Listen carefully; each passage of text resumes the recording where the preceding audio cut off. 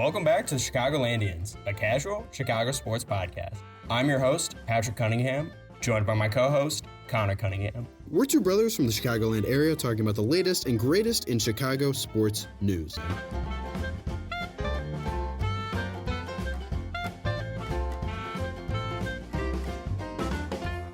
Welcome back to another episode of the Chicagolandians. I'm your host, Patrick Cunningham, joined, as always, by Connor Cunningham. Hello, hello. And back on today's special episode, we're joined by two fan favorites. We've got John and Mike Cunningham. Boys, you want to introduce yourself? What's up? Mike Cunningham. Glad to be back. And this is John Cunningham, also glad to be back. Slightly less glad to be back. Do you gents have any life updates since your since the last time on the pod? Anything changed? Life updates. Went to the Grand Canyon. That was cool. Super hot out there. Got to visit Patrick out in person. That was cool. And got our stairs redone. Big news. Big news. Big news. How do they look? How do they feel? How do they sound? Feel great. Solid as a rock. They sound like nothing, which is a big thing.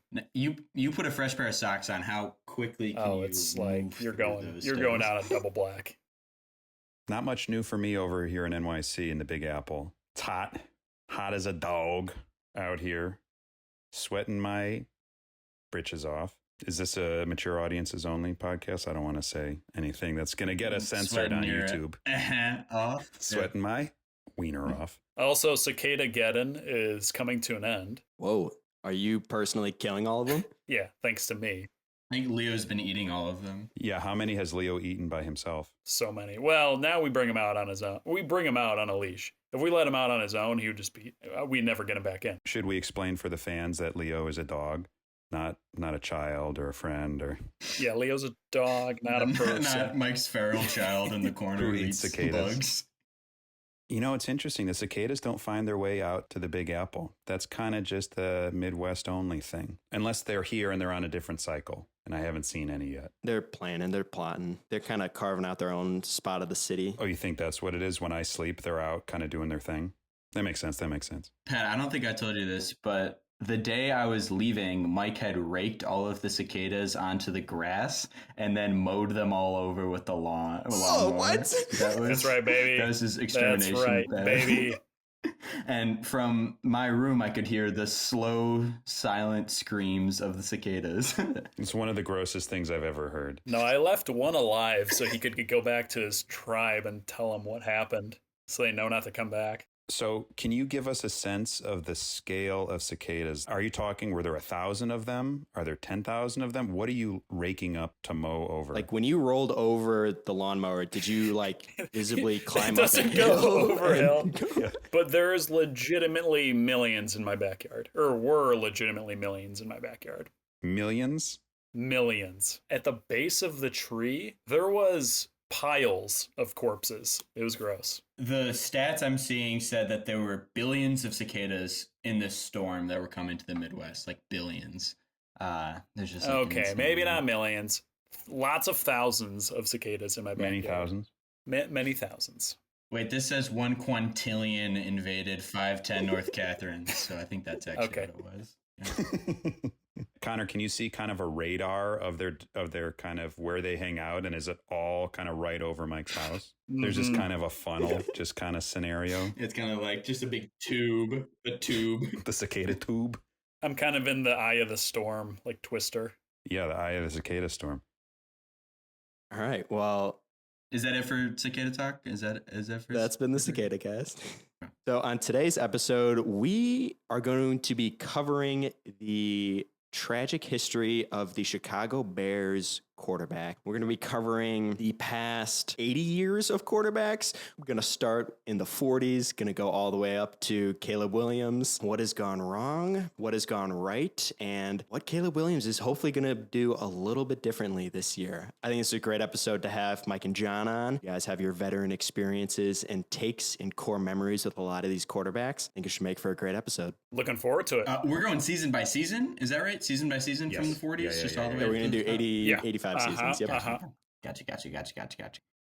Just to get started, for what a tragic past we've had with Bears quarterbacks. The Bears have had 84 quarterbacks start a game in the entire history of our team. I mean, we've been around for like 100 years, less than 100 years, maybe, or like 100 years. That's pretty bad. 104, yes. That's a lot of quarterbacks.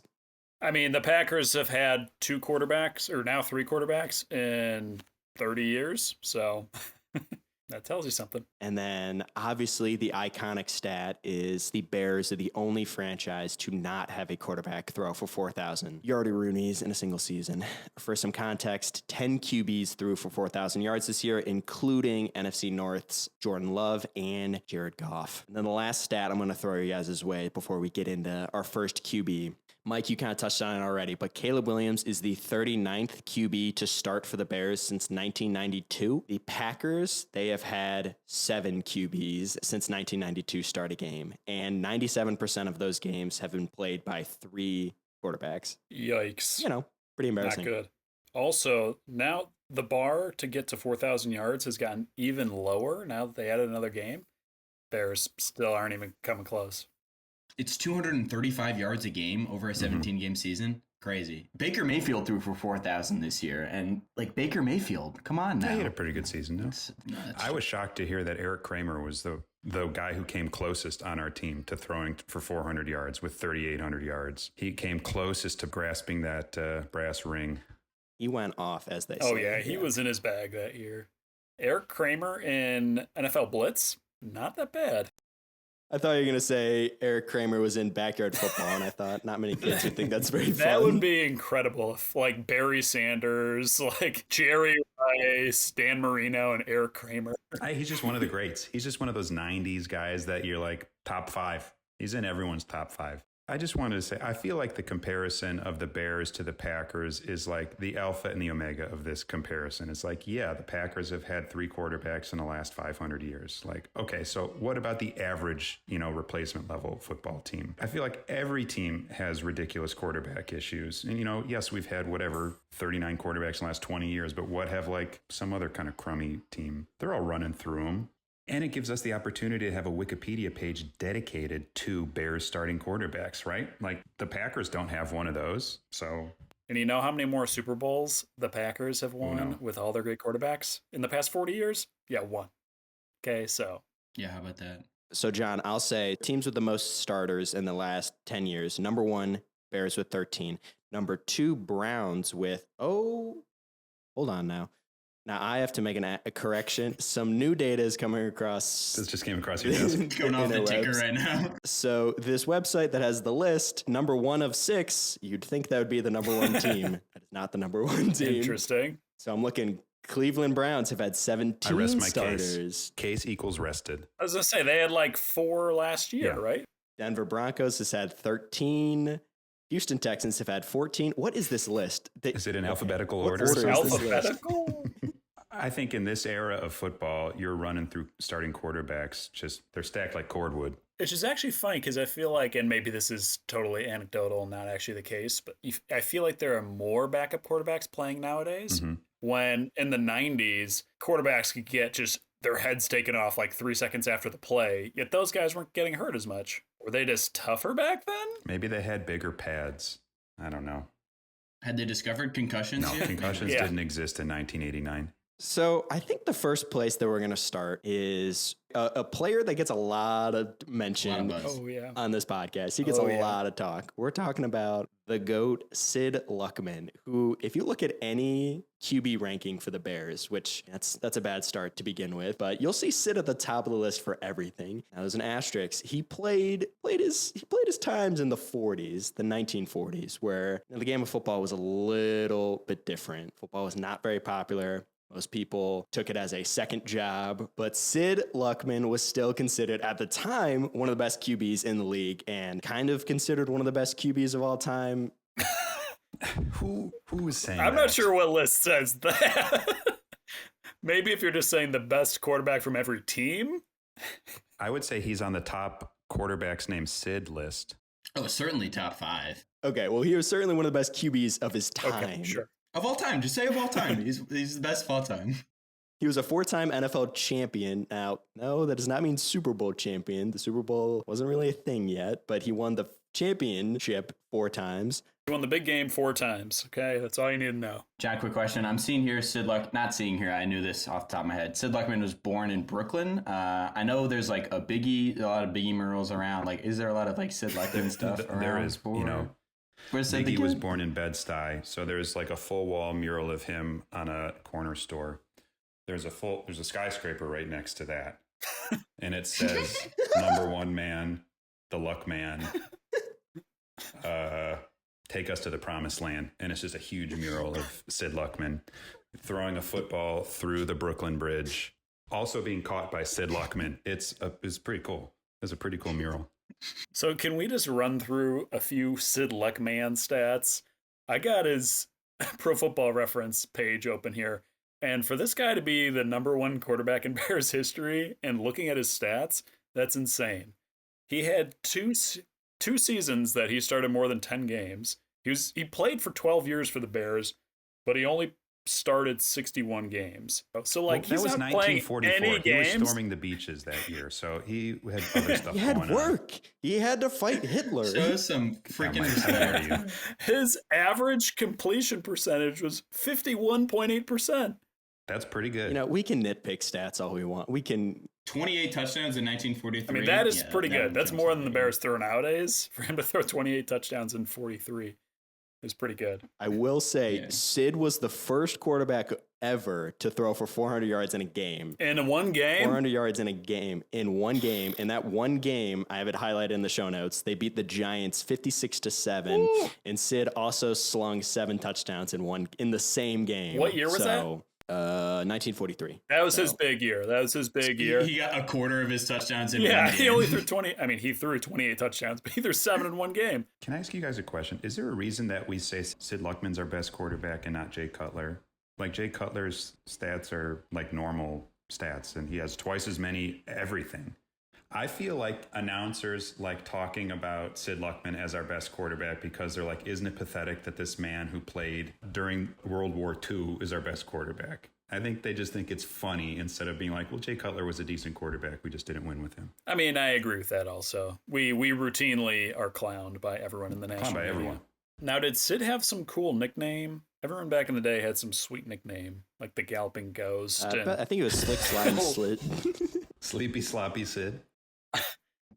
Do you guys have anything else to add about Sid? We're about to jump about 40 years ahead. So I verify that that's the reason he started 0 games in 1944, because he was one of 19 men from the team's 1943 championship squad to leave for the war. So he was serving in World War II. Okay. So you probably feel kind of bad about Sid, yourself. I'm sorry. Thank you for your service to all our veteran listeners out there. Okay, are you guys ready? We're gonna move on. We're gonna skip ahead. Grudgingly, but okay. So the Bears quarterback for the longest time had not been a very sexy position, not a very cool person stepping up, slinging that ball, until in comes Jim McMahon, 1982, who opposite of everything that a quarterback in that era should have been. He wore sunglasses. He had funny hair. He swore a lot. He wore headbands that had funny sayings on them. He had a pretty great season his rookie year. He finished top 10 in passer rating and won Rookie of the Year in 1982. In 1984, he had the 3rd highest passer rating in the league, only behind Dan Marino and Joe Montana. That's a crazy crazy heard of those stat. guys? You ever heard of Joe Montana? Yeah. I've heard of Joe Montana. That'll lead us into 1985, the famous 85 Bears. But I'm going to pause there. You guys want to say anything about Jim McMahon? Yeah, John, you were in high school when McMahon got drafted, is that right? Yeah, I was in college actually in 1982 when he got drafted. So I was pretty psyched. Me and my boys, my college boys, were pretty excited. Yeah, McMahon. I mean, he was. I mean, kind of everything you said. I think they had a 30 for 30 on him. Nowadays, he's got a bunch of neuro issues due to his style of play. Really, like, give up his body for the touchdown. But, yeah, he was a real bad boy. There's several times where it was like Ditka would give him a play, and he was like, that play is stupid. We're going to run my own play and just do his own thing, and then it would work out. And then Ditka would yell at him, but he would just yell right back at him. So it was like, it all worked because, the team was good. Like, but it's just, awesome to hear. He was also partially blind in one eye because when he was a kid, he got stabbed in the eye with a fork. Oh, boy. So think of what he would have done with Is two that why he eyes. wears sunglasses all the time? No, it's because he was a bad boy. He was cleaning like a toy gun with a fork and like That's how you just do it. slipped and stabbed himself in the eye. Ouch. Youch. And all that light just gets through that. Oh, it just hole. zooms right in there. I will say most of my Jim McMahon, not knowledge, but opinions come from our father, who I feel like is very quick to dismiss his abilities or the impact that he had on the team winning the Super Bowl that, we kind of won despite him. Although he did throw for 2,400 yards in that Super Bowl season. I mean, I guess he threw for 15 touchdowns, which is a very game manager style guy. To see, I guess, how good that team was, 85 to 88, and how good they could have been if they had, an above replacement level quarterback. Could we have won 2 Super Bowls? Could we won 3 Super Bowls?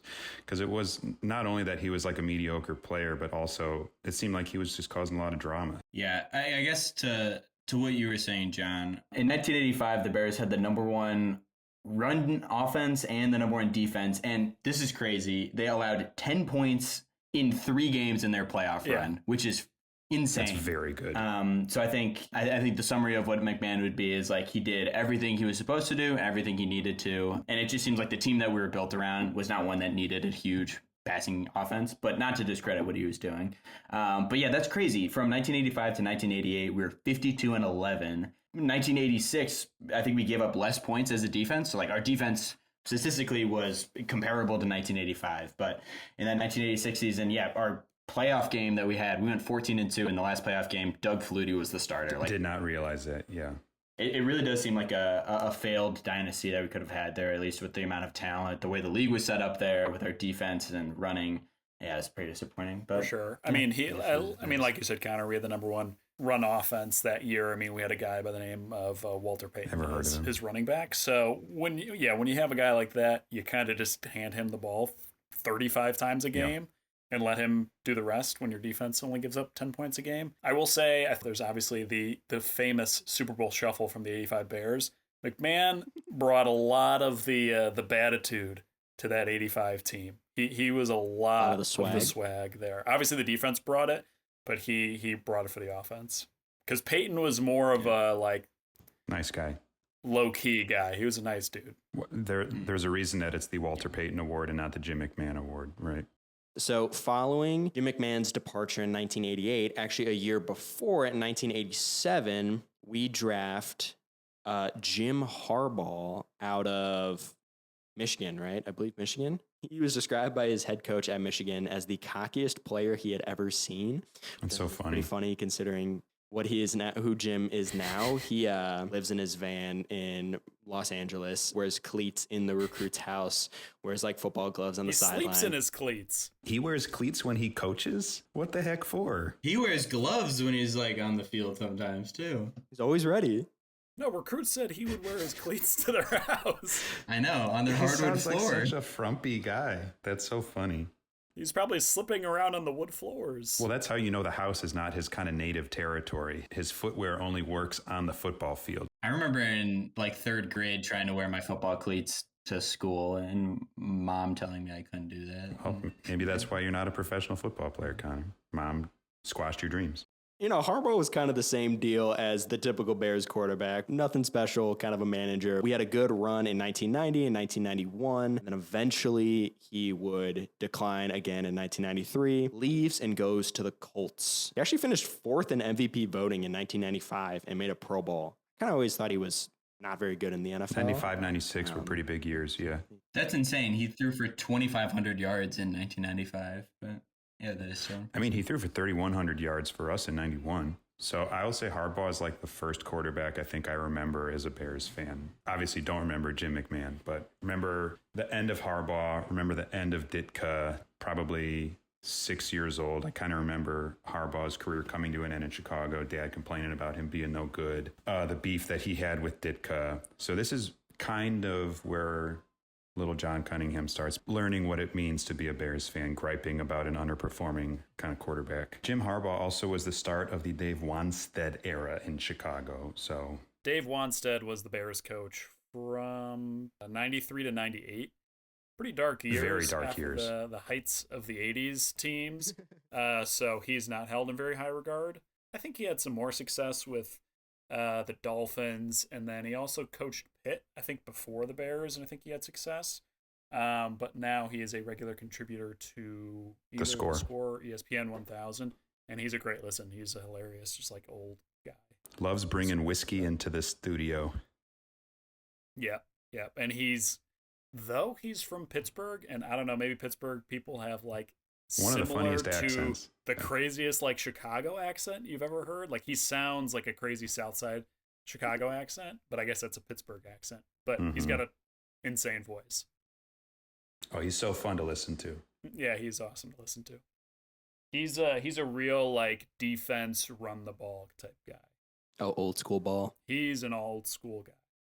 Dave Wanstead's definitely the highlight of Jim Harbaugh's football career on the Bears. Dave Wanstead's mustache is the highlight of Jim Harbaugh's stint with the Bears. Looking at a photo now of Dave Wanstead at Pitt coaching, what appears to be on two crutches, and he's holding his crutches up in an angry scowl, which is hilarious.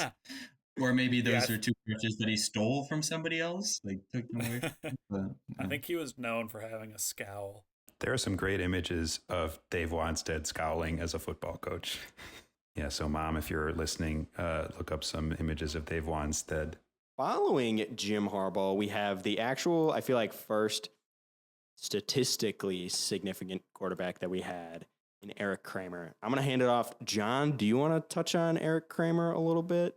I mean, Eric Kramer was also kind of a flash in the pan quarterback. We did not draft him. We picked him up in his third or fourth year. He had a huge year in 95 and then kind of evaporated again into the ether. Yeah, so this is our man who has come closest to reaching the standard of, I guess, competence for an NFL quarterback of throwing for 4,000 yards. Because in 95, his blow-up year, threw for 3,800 yards, 29 touchdowns. That year, he looked like an actual good NFL quarterback. You know, Kramer kind of begins the era of couple-year quarterback stints, right? Because, you know, McMahon, we had for 6 years, Harbaugh, 7 seasons, and then it's probably up until Cutler that we don't have any kind of stability. You know, then we start running through the list of kind of 3-year, no-name quarterbacks who maybe have 1 or 2 good seasons. Kramer in 1995, those two numbers of passing yards and touchdowns, those are the records, right? Of the most passing yards that a 29 season touchdowns. Yeah, I don't think touchdowns. anyone's thrown for that much. I believe so, yeah. I think so. Those are the two records. And we didn't even make the playoffs that year. That was crazy. Like, yeah. Quick sidebar after Kramer, because I'm assuming we're not going to talk about him, but Cade McNown, also a Heisman winner that the Bears drafted in 99 to take over from Eric Kramer, only played 2 seasons in the NFL. Isn't that insane? Disaster. He went 3 In the NFL? in his career, in the NFL. He went 3-12 in his career and was out after the second year. Like, you never hear of that. He had injuries, nowadays. I think, too. Yeah. He was the 12th pick in the draft, right? Like, Fields still Crazy. sticks around. Or, like, everyone still sticks around, yeah. Yeah, one of my friends had a Cade McNown poster on his Hell wall growing up. Yeah, the late 90s were us picking Heisman winners who did nothing, like Curtis Enos, Rashaan Salam, Cade Heisman winner. Just kept going back to that. Well, maybe this guy will get us something. Maybe this guy will get us something. Burn after burn. John, what you said about his flash in the pan. Before the 1995 season, the most he'd thrown for was 1,600 yards. The most touchdowns he had thrown was 11. And then all of a sudden in 1995, he goes off with 3,800 passing yards and 29 touchdowns. Berserker mode. But yeah, still only 9-7. But following the Eric Kramer era, I think is truly medieval times, dark ages for the Bears. 1998 to 2005, a 7-year period, we had 14 different starters. And yeah, Mike, you mentioned we had Cade McNown, who was our 12th overall pick in 1999. Huge bust. And just looking at this list of names, you guys were talking about him, but Do we want to quickly run through the names just to like get a little blast from the past here? So 99, this was when they drafted Cade McNown, but Shane Matthews started more games than him. So Shane Matthews, Cade McNown, Jim Miller, 2000, Cade McNown, Shane Matthews, Jim Miller. Oh, continuity. That's good to see. Stability, yeah. Yeah. Okay, 2001, Jim Miller, Shane Matthews. Now, we did go 13-3 that year in 2001 and go to the playoffs. So I think Jim Miller was pretty good that year. John's got his Jim Miller jersey. Yeah, I can see that poster sticking out in the corner of your screen, John, the Jim Miller poster. Okay, Mike, yeah. you keep talking. I'm going to look up Jim Miller's career stats. I feel like you guys are really dragging Jim Miller now. I mean, how many years have we gone to the playoffs since we've been alive? And he got us there 1 year. So, 2001, he threw for 2,300 yards, 13 touchdowns, 10 interceptions. Awesome stats. He went 11-2. Hey, he's a winner. Guy's a winner. He's a winner. Okay, so 2002, Jim Miller, still sticking around. Chris Chandler, never heard that name before. Henry Burris, 2003. Cordell Stewart, man, that was I wanted to mention that. Even back then, I remember we picked up Cordell Stewart and we're like, "What are we doing?" It's like, is Ken Williams the GM of our team now? What's going on here? So then Rex Grossman was drafted in 2003 also. Chris Chandler sticking around too. 2004, Craig Krenzel, Chad Hutchinson, Jonathan Quinn, Rex Grossman. And then 2005, we're getting into the Orton, Rex Grossman era. And then we see a little bit more stability until Jay comes around. I think 2004 was the worst season of quarterbacks, maybe in the history of the NFL. It's crazy to see us carry, at least from 99 to 2002, to carry the same kind of rotation of quarterbacks, as if we're entering the season being all right, these are our three guys. We're going to kind of move them in and out and see where they go. Quarterback room is set. Nothing to do there. We can move on to our other needs. We drafted Grossman in 2003. I feel like we couldn't get him to have good starting ability until 2005. So I don't know if in 2004 the plan was to have Grossman start. I mean, if you're starting the season and Craig Krenzel is your starting quarterback. It sounds like a fake name. But I'm guessing Krenzel got hurt. I mean, it looked like these guys coming in had just never played football before. They just didn't know the playbook at all. They forgot the play as soon as they said hike.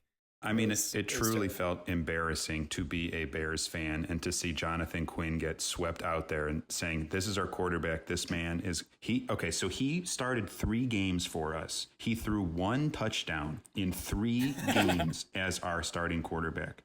How do you square that?" And I think he threw 3 interceptions, something like that. It's tough to stick around with those stats. This YouTube video just says Jonathan Quinn, not an NFL QB. This is former O-lineman Steve Edwards. I mean, that's hard. That's hard for a teammate to drag you like that. Yeah, come on. Jonathan Quinn's okay, I stunk. We all know it. You don't have to bring me up 20 years later. What the hell? And back in the bus Such a stray. him. So then we drafted Grossman in 2003. And check some of these stats from Sexy Rexy in college. In 2001, in 11 games, threw for 3,900 yards. In 11 games. That's pretty serious. Whoa. 34 touchdowns, 12 interceptions, Is he a Gator? 170 rating. Yeah. Yeah. He's a Gator. That is serious. Other stats, pre-draft measurables ran a 5.0640. Are you serious? Yeah. I think That's that's low. what my 40 was. So That's insane. do you remember him as a quarterback? And Mike, you probably do, right? Oh, yeah. Gunslinger. My first memory of Bears QBs is Jay Cutler. That Super Bowl is totally, don't remember any of that. I think it's just remembering, like you said, John, Dad complaining about Jay Cutler. I mean, the 2006 Grossman season was yes, we went to the Super Bowl, but that season was so fun. That was when his gunslinging ability really shined. We played the 49ers in one game and we're up 40 to nothing at halftime. He had thrown for 5 touchdowns in the first half. It was nuts. I mean, he was either feast or famine. He would throw 10 touchdowns or 10 interceptions. He was pure id out there doing whatever he wanted to do. And and then to bring in Jay Cutler after that, here's another gunslinger. It was pretty funny. What was his story before 2006? It says he was the 22nd pick in the draft and had played 8 games up until 2006. What? Well, I think they were that was the era where it was first round quarterback, you can't play him in the first round or first year. So and then I don't know what happened after that. I think he had some injuries early on. But in 2006 he had 23 touchdowns, 20 interceptions. So that classic 1-to-1 ratio that you like to see. And it's then, a baseline of where you kind of want to get to. Yeah, that's kind of the starting point. Yeah. Right.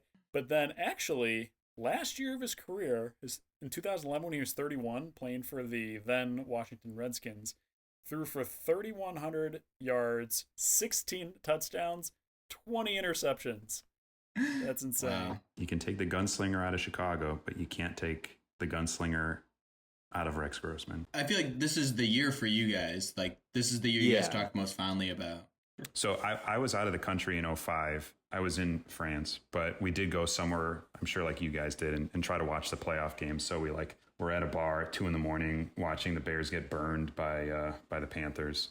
And watching Kyle Orton was again like such a boring game manager, like another in the line of like boring guy who would throw for 180 yards and 1 touchdown.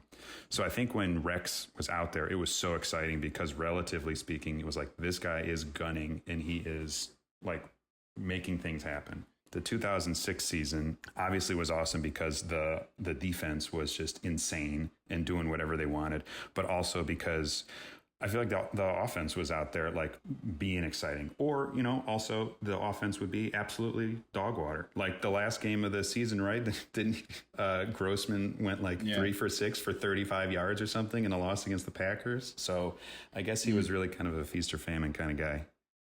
That last Packers game, against Brett Favre, he went 2 for 12 for 33 yards, had 4 turnovers, and we lost. But we still went 3-13 and made the playoffs. And actually, I think he was also a big reason that the defense had to be so good. Like, I don't know if you were. I think the famous game was the one against the Cardinals when we were down 20-0, and like the defense basically stole the ball enough times to win the game. Like, Urlacher had some fumble recovery touchdowns. Guys were like pulling the ball out of the other team's hands to score and get touchdowns. And that was the game that the Bears are who we thought they were. Famous game. 2006 was also the rookie year of Devin Hester, right? This is his rookie year, or like this he is had like 5 return touchdowns that year. I mean, it was such an electric season for so many reasons. It was it was Grossman's best season. We'd never seen anyone more exciting than Devin Hester. It was Urlacher was insane. Brown was insane. Peanut was insane. Everyone was just playing out of their minds. Lance Briggs was out of his mind. Oh man, it was such an exciting season. It was, I think, the one time we've seen the Bears actually be authentically good, because now, you think of like the 17 season where everyone's like, are they actually good or are they a pretend good team? And it turned out they were pretend good. But that season, they were actually like best defense, totally dominant. Offense was at least fun. It was really magical. Yeah, who was our running back then? Thomas Jones. Was that A-Train? I think Thomas Jones. No, that's Thomas Jones. Man, Thomas Jones is awesome. The biggest biceps in the NFL. I might have said that maybe at some point this season, but his biceps were enormous.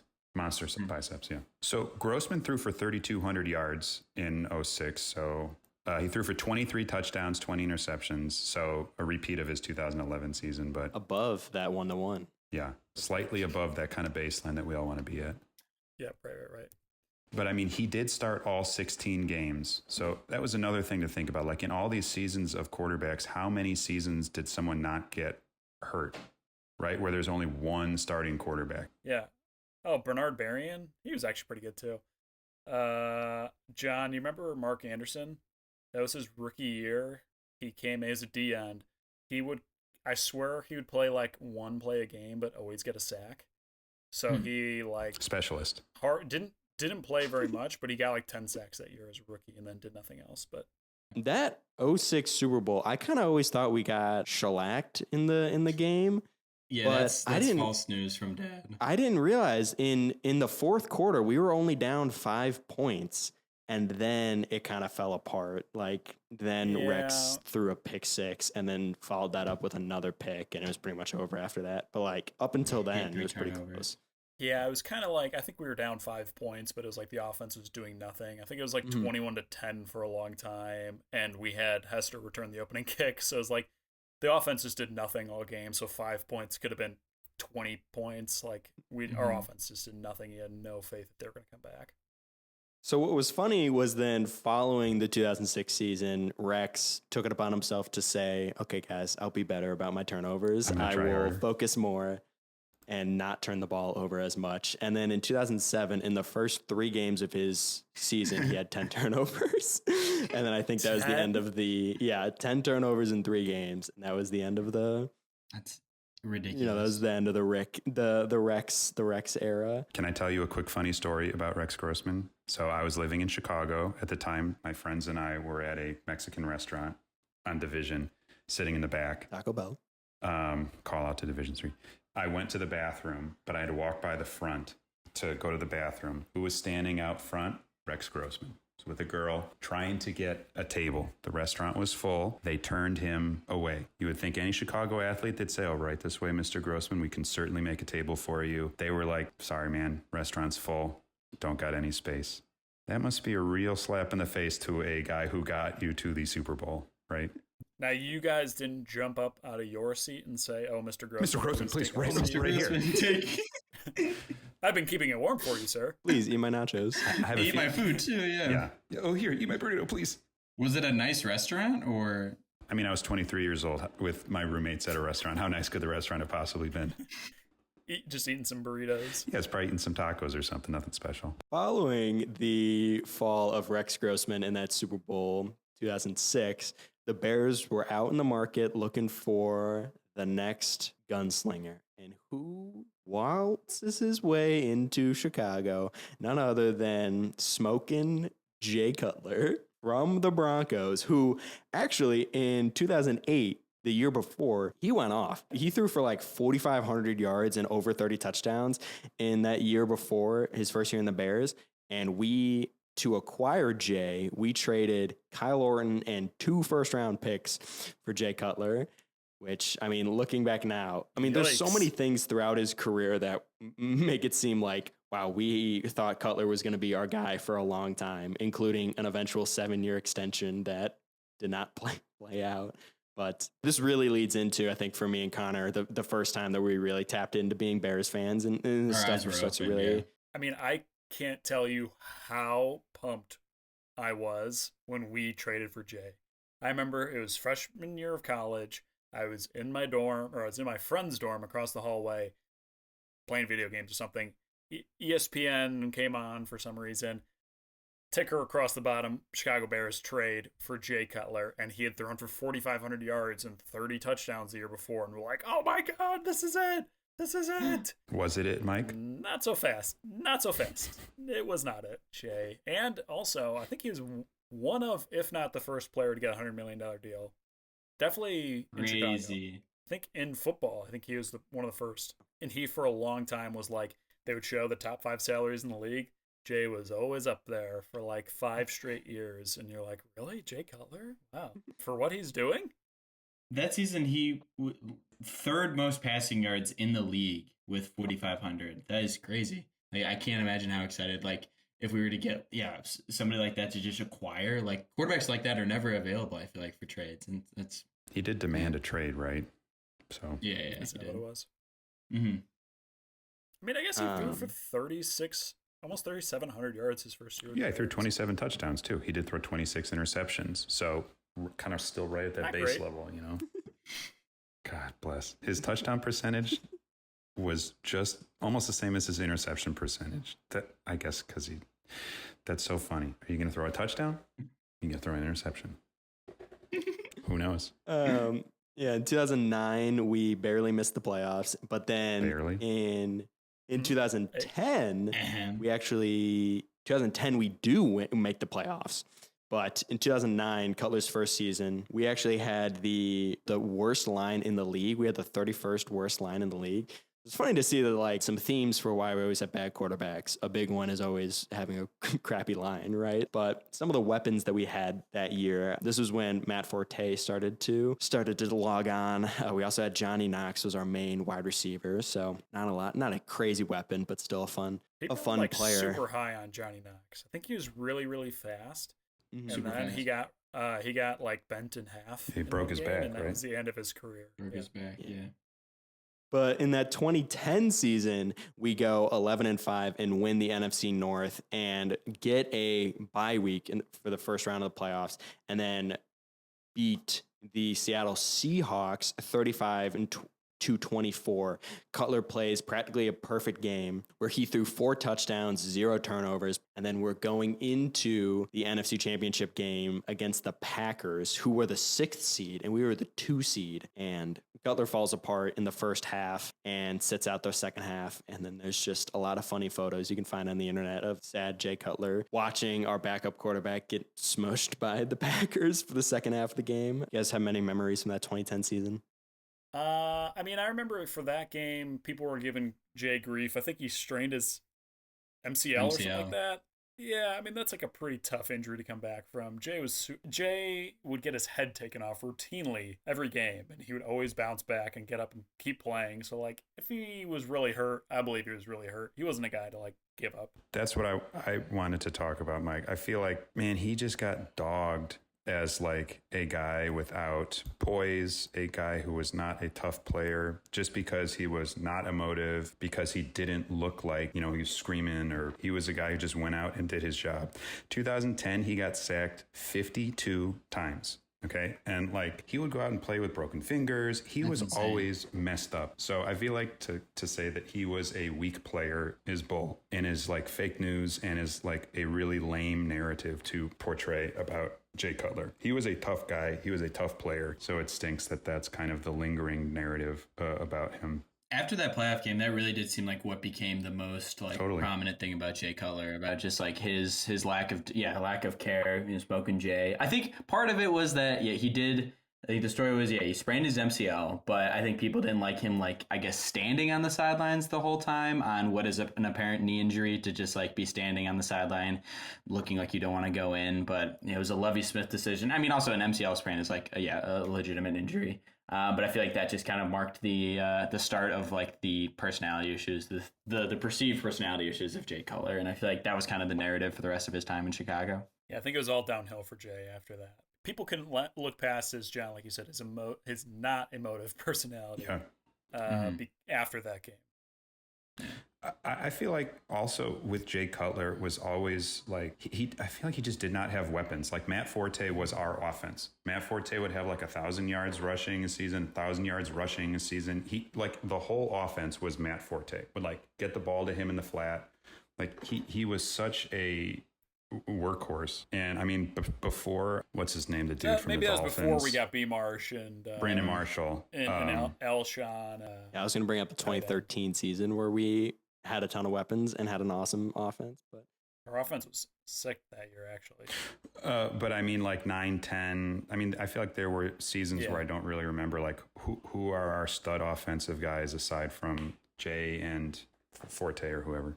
So that's that's just my takes. That was it. No, I agree. I agree with that. I think up until that 13 season, I mean, because Forte was always good, but he really got cooking 11, 12, 13 or something like that. But then once we got B. Marsh and Alshon, then that was a serious offense. But up until then, his weapons were lacking. That 2013 season, we go 8-8, but we had the second most points for in the league. We had 445 points for, with led by Jay Cutler, Matt Forte, Alshon Jeffrey, Brandon Marshall, Marty Bennett. I mean, Marty Bennett, yeah. Our defense wasn't very good that year when we had Briggs, Urlacher, Spicy. Yeah, Paps, our points against were 30th out of 32. Following the 2014 season, where we went 5-11, we signed Jay to a 7-year, $126 million contract extension, which I mean, just insane. Are you sure? Yes. Is that real? It's absurd. Like insane. So he had kind of been mediocre for 5 seasons, and then we're like, double down, baby. It's time to give him the bag. He's earned it. Oh, yeah. Yeah, he's earned it. And then, 2 years later, he's out.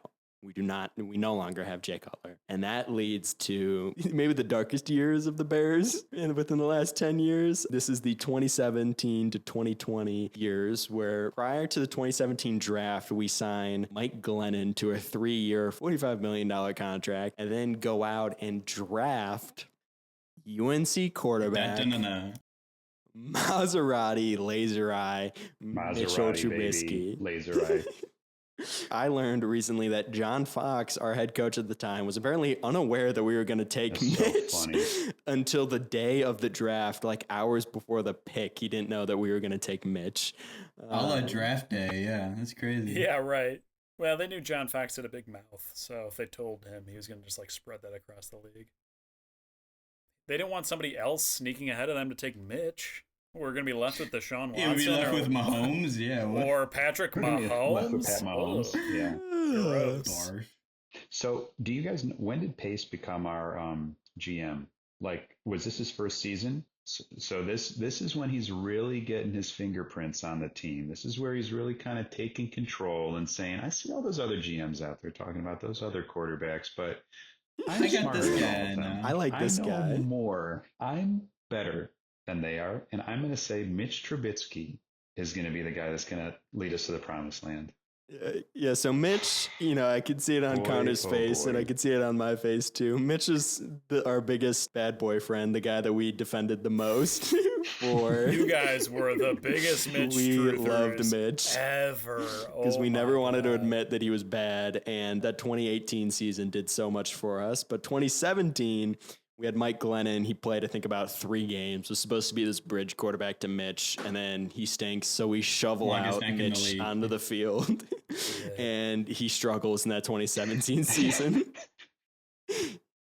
Yeah, Mike Lennon's head is the width of his neck. It just goes straight kind of up and Like one of tapers those off into bugs in the sky.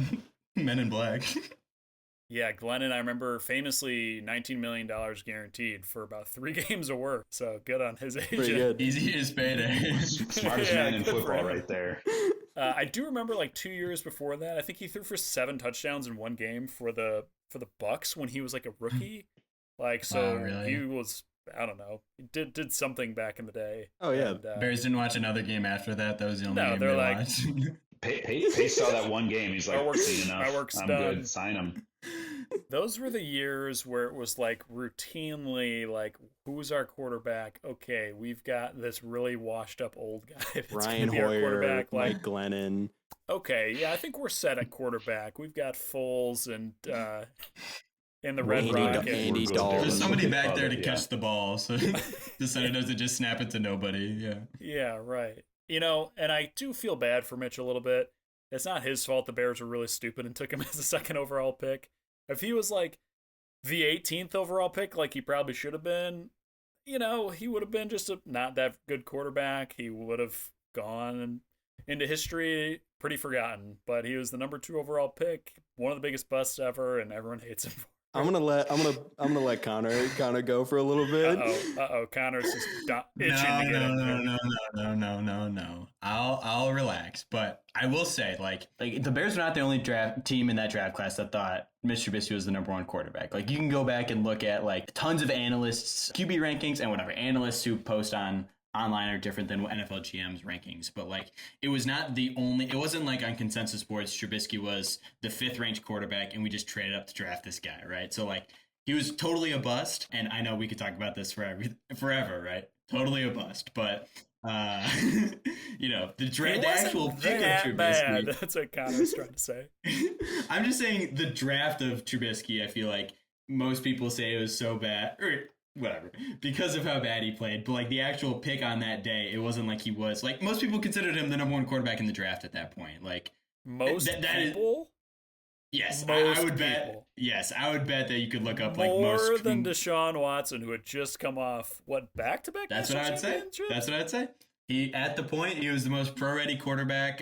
His biggest thing was the amount of starts that he had. But no, I would definitely bet that the majority of mocks had him as the number 1 quarterback. I would say. It just didn't work out. But Just didn't work out. I'm just saying. Sometimes you're the biggest bust in the history of the organization. I feel Sometimes it just doesn't work No, out. but you guys are like mixing up. I feel like him being a bust versus the Bears drafting the wrong. I mean, like not the wrong guy, but like they drafted. Calm down, Connor. They drafted. Calm down. They thought whatever. I don't know what I'm trying to say. It's like most people considered him the. Connor has his pressure gauge on his chest right now, and it's all the way to the right. And there's steam coming out of his head. Connor's just been biding his time, waiting to defend Mitch in this episode. He's just I clenching mean, the his number fist. of times the number of times that Dad would be yelling about Mitch, and Connor and Pat would have some rebuttal every time as to why it wasn't his fault. Oh my God. It was classic. I remember Dad like just walking out because he's like, I can't say anything. Nothing's ever his fault. I can't say anything. I think I remember maybe that 2019. I forget if it was 2019 or the 2020 season. I think it was the 2019 season where Connor and I think both thought Mitch was going to come in and just prove every single one of the people wrong and just light the NFL on fire, just burn it to the ground. I mean, that was his year 3 season after 2018 where he was like pretty good. You're like, here we go. And then it was like, whoops, nope, okay. All right, just kidding. He stinks. Never mind. Well, didn't we start that? Didn't we start 5-0 and then lose 5 in a row? Or that's in that 2019. I think that's 2020 because that was Nick. That's when we switched with Foles and Mitch for the first 5 games. I mean, boys, I will say those teams were so bad for so many reasons beyond Mitch Trubisky. Just having to deal with Matt Nagy and Ryan Pace, just all of their bullshit, like. And you know, after a losing season and having them come out on the podium and be like, the theme of this talk is going to be collaboration. We're just proud of how much we collaborated and managing to weasel their way into keeping their jobs, despite how shitty they were at it. I mean, you're right. It's not Mitch's fault that he got put in that position, but you know, that was a position he was in, and he could have been a little better than he was. Pro Bowl. He was not a very good. Was a Pro Bowler in 2018. People forget he was a Pro Bowl replacement. And he was the MVP, the Nickelodeon valuable player for the slime yes. game. People forget about that also. People discredit that all the time. That was the Saints playoff game. So that was the playoff game in 2019. 2020. We didn't make the playoffs in 2019. So we made it in 2018. 2018 was double doing, right? And then we didn't make it in 2019, but we did make it in 2020. I believe so. Yeah. I believe that was the first year that they opened it up to 7 teams, maybe. Yeah. I think that was the first year they opened. So Mitch was the MVP of the slime cast, yet the Bears lost? That was so funny. Well, fans could vote for the game. That's good. You know, there's different metrics, Michael, in the slime cast. Jerry West was the only player to win Finals MVP for a losing team. Mitch Trubisky in similar vein. Yeah, Jerry West, Mitchell Trubisky. People often put them in the Two same goes. Now, this is interesting. Mitch Trubisky, MVP. Pro Bowl, and 2 playoff seasons. Interesting. Just Matt Nagy leads us 2 out of the 3 seasons leads us to the playoffs, and we fire him. You're saying in 4 years we can playoffs twice with that guy and a Pro Bowl, and that's the worst quarterback we've ever had in the history of the league? Then the Bears let him go. No one is saying he's the worst. Connor, you're putting words in Now our the mouth. Bears let him go, and he was picked up by one of the best organizations in football, the Steelers, and was given every opportunity to lead that team. Incorrect. Picked up by the Bills. Incorrect. Bills. Incorrect. The Buffalo Bills. And then the Steelers. Oh, okay. Next year was the Bills. And then the Steelers. Sorry. I mean, you're talking to 2 big Mitch heads.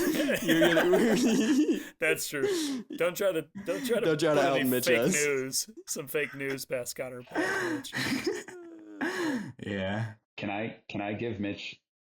Can I give him some accolades? I feel like Maserati Mitch was his fourth quarter persona, right? He's playing like dog shit for the entire game. Throwing with his left hand. Thrown, no touchdowns, 3 interceptions, down by 19 points with 3 minutes left. And then he turns it on. Oh, turns okay. it on. Now I'm gonna laser eyes. Oh, you know what the problem was? The switch was turned off. Now let's turn it on. Like he did have. I feel like he had fourth quarter poise where at some point he would figure out how to come in and get stuff done. And comparing him to Justin Fields, who has probably the worst fourth quarter poise of any quarterback we've ever seen, it was something that he had. So he could play like trash the whole game and then figure out how to put something together at the end and could lead a winning drive. Aye. Mitch, best quarterback in Bears history. I think that's where we're getting at. That's a nice way to end it, John. Nice way to end it. If no one else has anything to add with Mitch, we're going to move on to our last quarterback. You guys are going to cut me off before I... The music is playing. Yeah. Sorry. Okay. No, it's okay. No, it's okay. So 2020, we lose to the Saints. 2021, we draft Ohio State quarterback Justin Fields, who I remember when we drafted Fields, I thought this is the second coming of Christ. This is the savior. Mitch Trubisky. I thought, forget about Mitch. Now we've got Fields, and this is going to be the savior. And then Fields in 2021 goes on to go 2-8, throw more interceptions than touchdowns. We fire Matt Nagy and was sacked 58 times, which was the first in the NFL. For context, the Bucs allowed 23 sacks, so 53 sacks. He was absolutely murdered his first season. That was with Tom Brady, right? So a quarterback whose legs didn't work at that point. Still a great quarterback, but did not move. Oh yeah, absolutely. I'm just gonna run through his seasons real quick, and then we can talk about him. 2022, I think, was probably the worst year in Bears, probably the last 10 years or 20 years. I think that was the year we went 3-13, I believe, or 3-14. 3-14. Had a terrible defense, had a terrible offense, except Justin Fields, who led all quarterbacks in rushing yards, but was clearly, I feel like we could all see the writing on the wall, was, like you said, John, his fourth quarter play and his accuracy and ability to be a passer was lacking, was not developing how we wanted as a passer. And that led us into the 2023 season, where I have it marked as just the same old Fields. He's a great rusher, a magician in the pocket, but would just do too much, did not have good vision, could not make the pass. And that final Packers game was just the nail in the coffin for the Fields era. And now we're on to bigger and hopefully better things with Caleb Williams. Yeah, I'll say pretty similar themes, actually, I guess, with Mitch and Fields, where it was year 2, okay, starting to show some promise. Year 3, here we go. They're about to just flip the switch, and then the season starts, and you're like, oh boy, just kidding. This guy stinks and isn't a quarterback. That first drive of our first game in 2023, we went 3 and out, and we're like, oh, okay. Well, we had a penalty. We had a penalty on the opening kickoff of the season. We had a penalty, and then got stuffed twice. Shaking the rust off. And then got stuffed twice, punted, and then Jordan Love scored on the first drive of his career and went 90 yards and scored on us.